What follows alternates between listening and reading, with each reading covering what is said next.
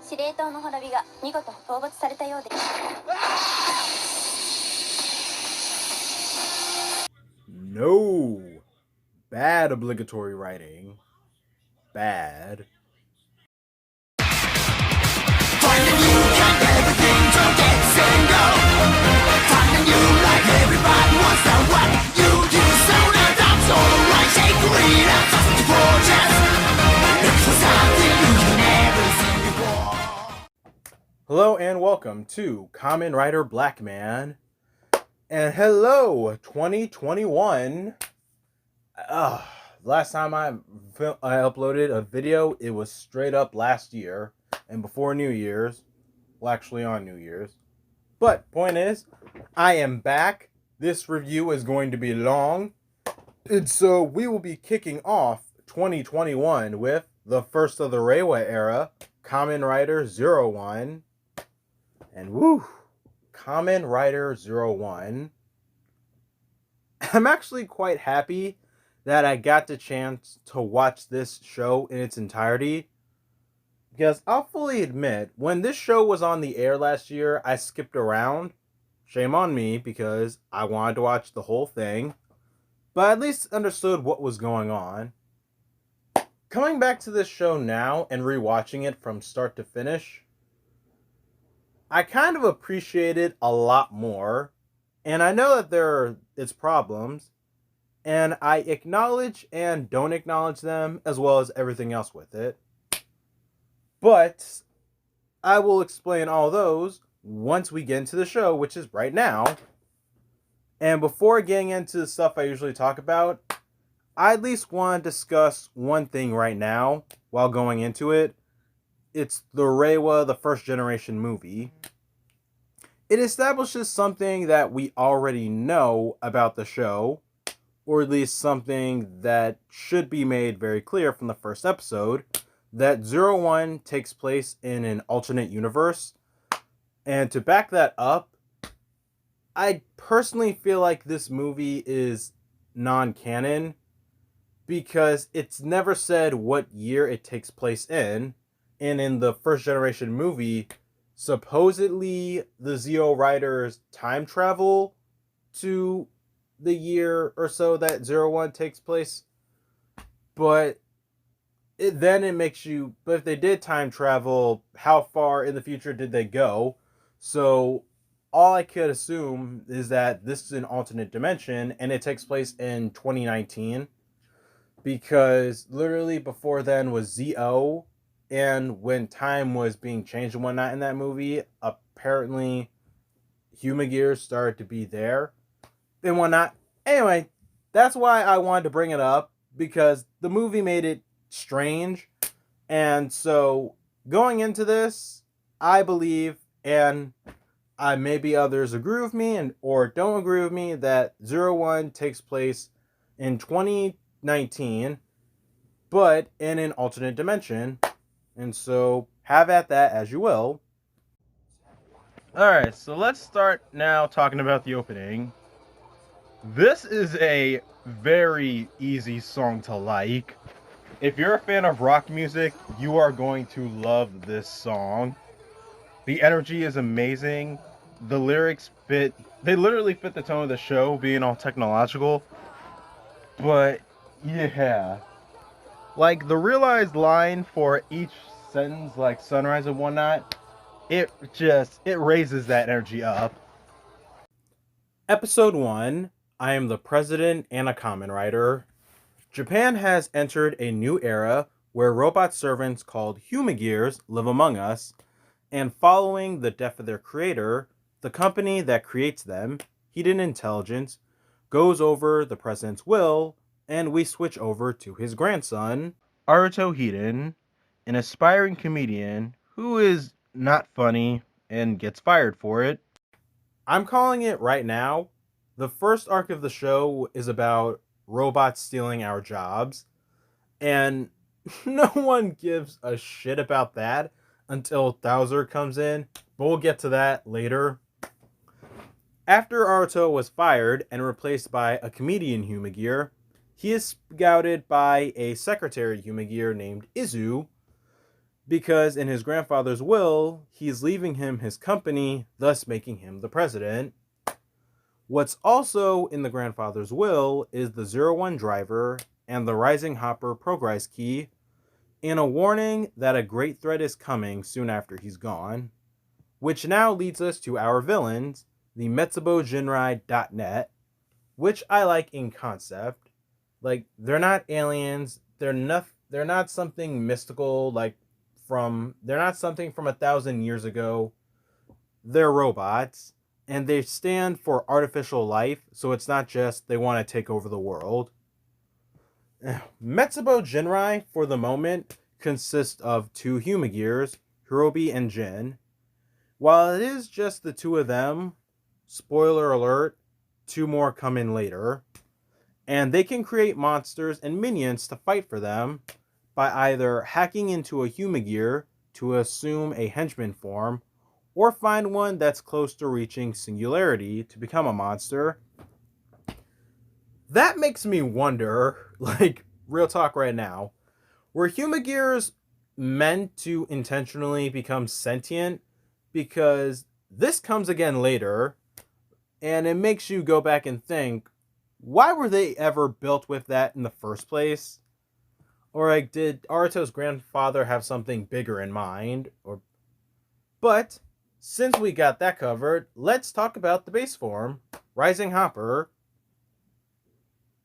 Honestly, I'm alright with it.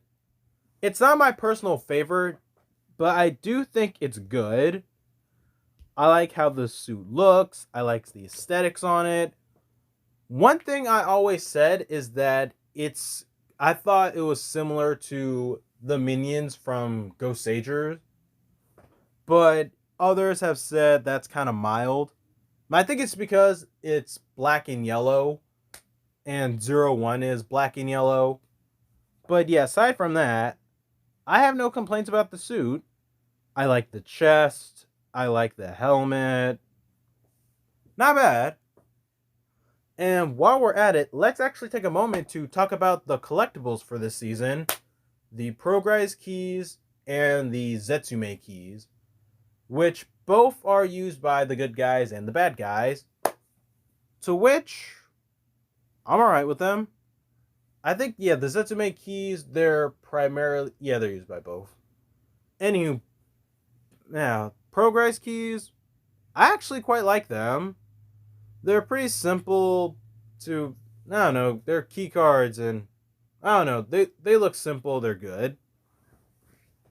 And now, fact, this show has in total 8 different drivers. And the first 2 we see are the 01 driver and the Zetsumetsu Riser. And the Zetsumetsu Riser is used by the Monsters of the Week for the first half, and in general. But yeah, the 01 driver, it's not bad. I like how it opens up. And I think I like how it looks when it opens up. But, that's fine. The Zetsumetsu Riser, it's pretty similar that they base this off of the belts in Ryuki. And, it looks good. It's pretty simple and to the point. And speaking of something else that's completely different, 01's transformation, and the fact that he summons a grasshopper from the sky to shoot down and basically be a part of his suit.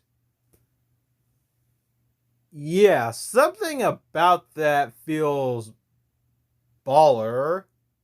Like, being honest right now, you're about to transform and a freaking animal comes down to become one with you. Yeah, something about that just feels sweet to me. And so, in episode 2, we meet our secondary and tertiary riders, Isamu Fua and Yui Yaiba, the captain and the technical advisor of AIMS, a military organization made to combat rogue Humagears, as AIMS has an animosity towards hidden intelligence about the previous monster attack. It doesn't help the fact that the next one happens at Hidden Intelligence headquarters. Though it would make one think twice. You despise a faculty where you think your enemies are created, and yet a monster attack happens there. No one thinks that's out of place. I will say, what I like about this episode is that everyone has different ideas of how they perceive Humagears. Fua sees them as monsters that want to kill humanity. Yua, next episode, just perceives them as tools. And Aruto has a personal spot for them as wonderful because as a child, he lost both his parents and his grandfather built him a father-type Humagear to raise him. And as a child, his father Humagear died protecting him, which inspired him to want to make people laugh and smile. And since the three of them are all riders, this kind of reason of not joining forces at first makes sense immediately. It's not contrived. Humagears help people, yet there are those who are dangerous. This is all completely understandable because it hasn't gotten deeper yet, which we'll explore. And since Fua and Yaiba are riders, specifically KamenRiders Vulcan and Valkyrie, let's talk about their suits.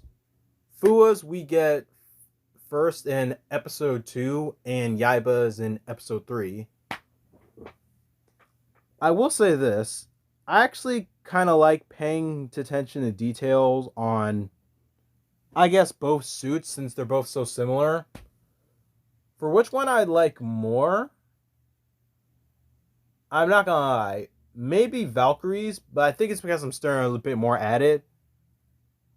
Or, yeah, maybe I just like Valkyrie's suit a bit more. Like, one thing you definitely don't see often is orange. But she's a cheetah, so makes sense. The Vulcan suit is actually pretty tight too. And, pretty, let's see here. If anything, both of these suits are quite nice actually. But I think I'm possibly favoring Valkyrie's a bit more. Because I like the helmet. I like the armor. I don't know. I feel like because she's a cheetah and she's fast, the armor is built for running fast, so nothing would slow her down.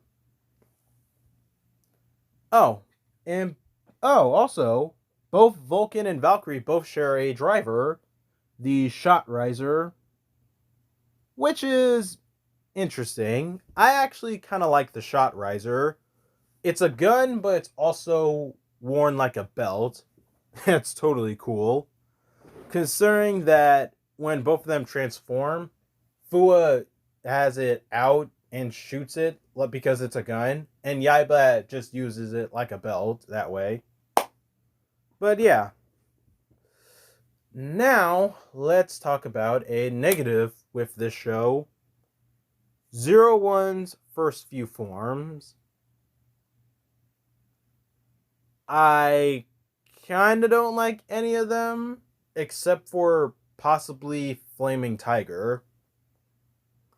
It's just everything. It's a mash of colors with all these forms. Like, Freezing Bear is just, Biting Shark is definitely, But Flying Falcon, It's like, those forms make him look like an Imogen, and that's not a compliment. It's just a match of colors. Back to the story. At the end of episode 2, Aruto holds a press conference to warn the public about MetsuboJinrai.net about their misdeeds, and swears that as Hidden Intelligence president, he won't hide anything that the public should know.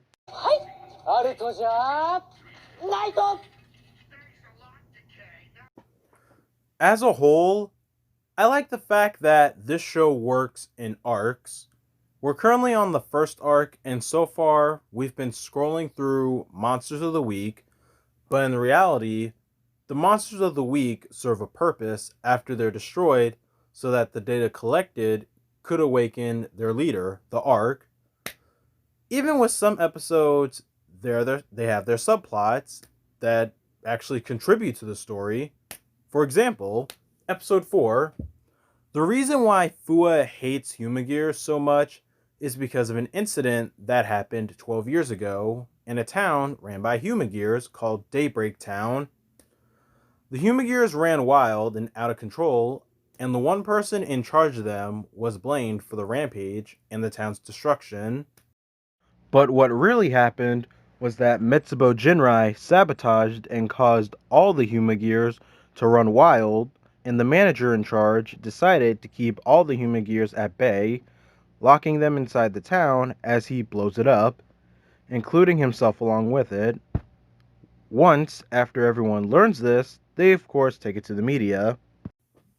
This episode is also where we get a sneak preview of KamenRider Hirobi.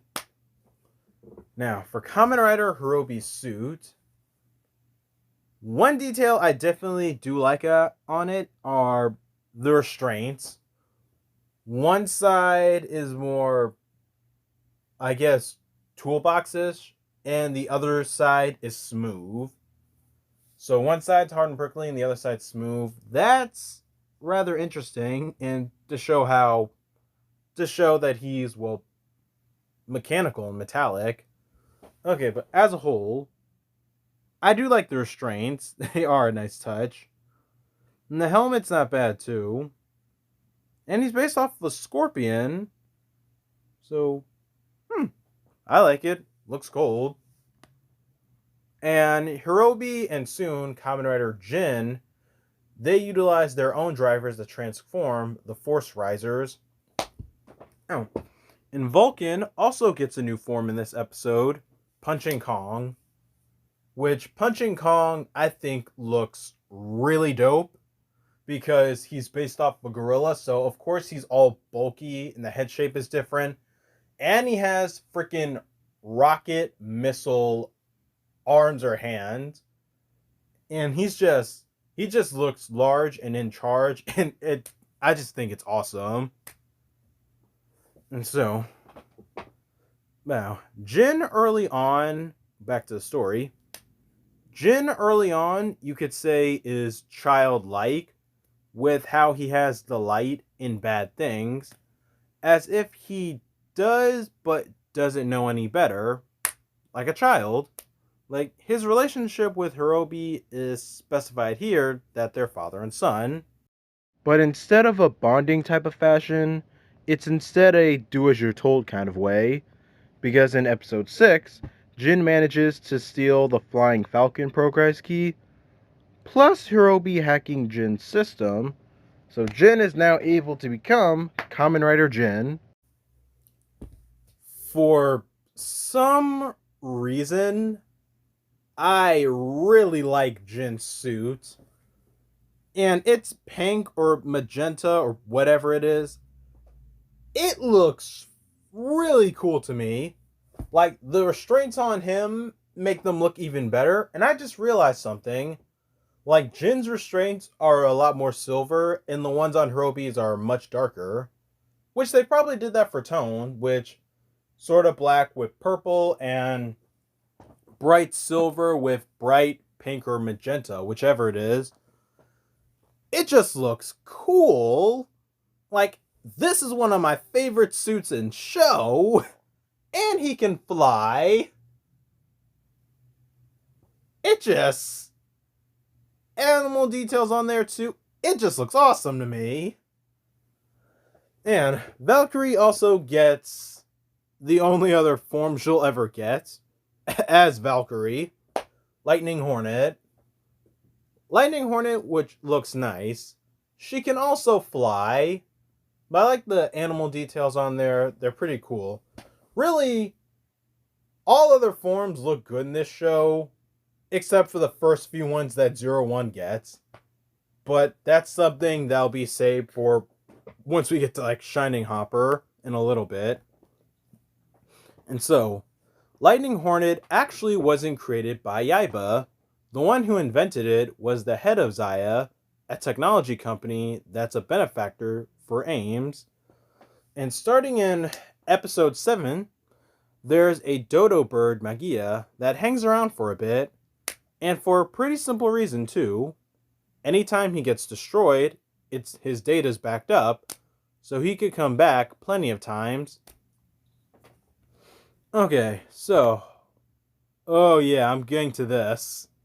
This is one thing that drives me up the wall. There's a hospital ran by Humagears. I haven't talked about the types of jobs that Humagears do in this show, but this one alone makes me ask more questions.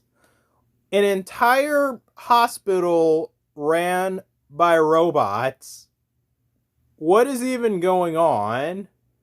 This is what I mean by robots are stealing our jobs. There are Humagears that are security guards, voice actors, basketball coaches. Security guard and basketball coach, I understand. Schools get budget cuts, so maybe they couldn't afford to pay a coach. Same for companies that want to save money, but you get what I'm saying? Like, how many people are not going to college? Are Humagears running the colleges? There's a hospital ran by robots. Like, I'm pretty sure in that hospital too, there are barely any human doctors there. I think that hospital could just be like all Humagear doctors and nurses, and only the humans are the nurses. What is that saying? I don't get. This is what I thought I was going to be mad. I'm just more confused. Nah. Episode 8. Metsubo Jinrai leads a strike at Ames' HQ and ends up stealing their weapons and hacking their systems for a new weapon that they created to shut down out of control Humagears all at once. A giant, basically a mech called the Gigar. And this is also when Hirobi and Jin reveal their nature as Humagears and explain that they act under the will of the Ark in the hopes of reviving him. And in episode 9, hospitals with Humagear medical workers are in danger of getting hacked, so to counter it, Izu creates a new progress key thanks to a mammoth Zetsumetsu key Yaiba caught after a monster attack 2 episodes ago, creating 01's mech form, Breaking Mammoth. I like Breaking Mammoth. It's a shame that he doesn't use it more. Like, we don't need to see it every episode, but you think, like, for the next few episodes later, and there's even one episode where the Gigars come back, he doesn't even use Breaking Mammoth. I just wish that was, like, used more, because it'd be so effective in just certain situations where you're just done. Yeah, like, Zordon says that using the Megazord to start off a fight is the dishonorable way, but this is KamenRider, so no one gives a shit. But, yeah. An interesting thing episode 9 touches light on is if Humagears reach sentience, would they willingly turn evil? For one, I don't think that the setting of the episode helps the case, because Humagears right now are being brainwashed into doing bad deeds, so considering this as being done on one's own shouldn't count, because you see what happened. This is essentially mind control.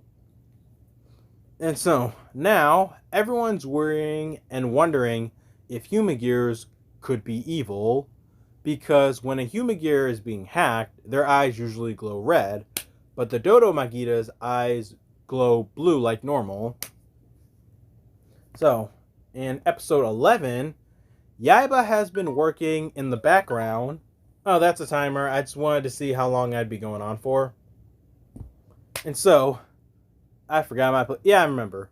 Yaiba has been working in the background for a while now, doing her own work for her employer,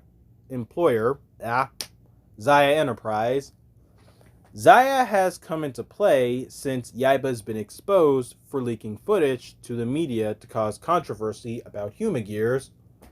And Aruto is cordially invited to Zaya Enterprise by the head of Zaya, Guy Amatsu.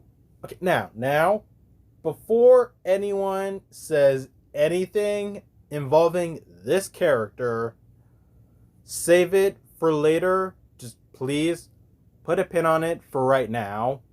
Because trust me, we will get into him later. And with that said, with what comes along later, I like that they've built him up to now on rewatch. Like he's sort of there early on, but slowly makes his way forward. So, Guy wants Aruto to sell him Hidden Intelligence in the consideration that Hidden Intelligence isn't doing so hot right now. So, to Guy, it would seem like for the best. But let's come back to that later. In episode 12, the objective is clear: to clear Hidden Intelligence's name by catching the Dodo Magia, who at this point has grown too powerful that even Metsubo Jinrai can't stop him. To catch him, an older model detective Humagear named Wazu calls Aruto to ask him to stall the authorities while he investigates. Now, remember, every time the Dodo Magia is destroyed, its data is backed up, but when it's rebuilt every time, it turns out that the model used for the Magia is one of 5 knockoff Humagears that all look different. Each one had the same face because of makeup and face paint. That's why when looking it up in Hidden Intelligence computers, they couldn't find his face in their inventory. It sounds a lot more complicated than how I summed it up, but you understand what I mean. Speaking of which, this and the next episode debuts the Shining Hopper form. And this is my favorite suit in this show. Like, this is all my liking. The aesthetics, the shape, color. This just looks awesome to me. Shining Hopper looks great, but it starts off missing one thing: combat data. So Izu plans to use like 01's progress keys and her central memory, sacrificing herself, but instead, at the last moment, Wazu pushes her out of the way and he gives up his central memory. So now, Shining Hopper is fully powered. And let's talk about what Shining Hopper does, shall we? It's like basically running a battle AI of opportunities and moves that 01 could do to beat his opponent. Basically, fighting to him is like playing chess online. You pick one piece and it shows what moves you can do. And it is awesome. That's just so... I just freaking love it. It is sweet. Not to mention, fast AF. With Shining Hopper, the Dodo Magia is finally destroyed, and Hirobi saves the Zetsume key. The Dodo Zetsume key. And so, in episode 14, how Metsubo Jinrai are able to find Humagears that have reached singularity finally comes into question, and the first place Ames investigates, along with Aruto, is Hidden Intelligence Space Center, where the spy for Metsubo Jinrai turns out to be a Humagear there, as well as another writer, KamenRider Ikazuchi. So, give me a minute to pull up his suit, if you will. It's based off of a dodo bird and the Dodo Magia, so kudos for building up to something to use later on. But yeah, this suit, I like the helmet, that's about it. Everything else is... That's like the helmet. Everything else here is just...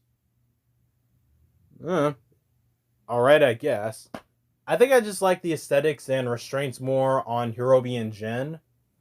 On him, I don't know. I think it's because, I don't know, there's a lot more mix of colors on the chest, where on the other two, they were just more solid. And so, yeah, that's just me. I like the others a bit more. Ikazuchi is just not my favorite. And with Ikazuchi, Metsubo Jinrai gets all of 01 and Vulcan's Progrise keys, except for the main ones, and use them to awaken the Arc. After Izu reveals a new weapon for Aruto, the authorized Buster, Aruto fires it once and gets all the keys back. Now, the Arc awakened creates a new Progrise key, and Fua steals it for himself, giving him a power-up version of Shooting Wolf. So, let's talk about, basically Vulcan's mid-season form, Assault Wolf. It looks dope. He's faster, he's a lot more armored. The color on it looks fantastic. And it's awesome. I really like it. It looks cool. You'd think I'd have a problem with it being kind of bulky, but nope. Just looks cool. And with Assault Wolf, Ikazuchi is destroyed and Jin reaches Singularity. And so, episode 15, Ames leads an all-out strike on Metsubo Jinrai, and doing so, Fua takes out Hirobi. For whatever reason, Izu is 5 or 10 feet away from Jin Morning and gets killed. Like shit. While watching, I was like, nope, go away, go away, go away. But yeah, what happened was an eye for an eye. Aruto rushes Izu back to his lab to fix and panics understandably until he leaves Zeya to repair her. Oh, by the way, I haven't explained Zeya at all yet. Like, Zeya's a satellite that orbits around Earth, providing Aruto with his arsenal. Basically, Zeya is where the giant grasshopper comes from when Aruto calls for it to transform. And same for the Arc. The Arc was actually a sentient satellite that was meant to help maintain Humagears. And to be fair, it does. More or less. Jin strikes again with an army, and as Fua and Yaiba are overwhelmed, Aruto comes and Zeya tells him to use the Assault Grip from the Assault Wolf key for his Shining Hopper key, and we get Shining Assault Hopper. Now let's talk about that look. As soon as I pull it up, and yeah, Shining Assault Hopper. One thing about it that I always seem to question is that why are parts of it blue? But then it hit me. Oh yeah, Assault Wolf originally. But yeah, Shining Assault Hopper. I think I prefer like regular Shining Hopper a bit more because it was a bit less bulky. So it has more means to be faster. Although this form is faster, but it's just a bit bigger in the chest. It's not bad. If anything, it's fine. And it still does get the job done. But yeah. Episode 16, The Dawn of Zaya. 01 annihilates Jin, finally crushing Metsubo Jinrai, and Izu is alive again. Happy ending! Or should be a happy ending. Ames, or most likely Zaya, has Hirobi's corpse for whatever reason, and Magias are still active for some reason, and that reason is because of Guy. Guy just admits it flat out. He invented the Arc and installed it to want to kill humanity, so in turn, he invented Metsubo Jinrai. But before we get into episode 17, the Metsubo Jinrai arc as a whole, very good in my opinion. It illustrates a very important undertone in the show, racism, and villains motivated by genocide and racism, and people that are actually prejudiced towards other beings. Like, if I'm talking out loud while watching, it shows how good it is. And believe me, that happens. And so, it's been a very long time right now, so I'm going to take a break and get something to eat. And next time, we'll touch on the show more when the five horns cross.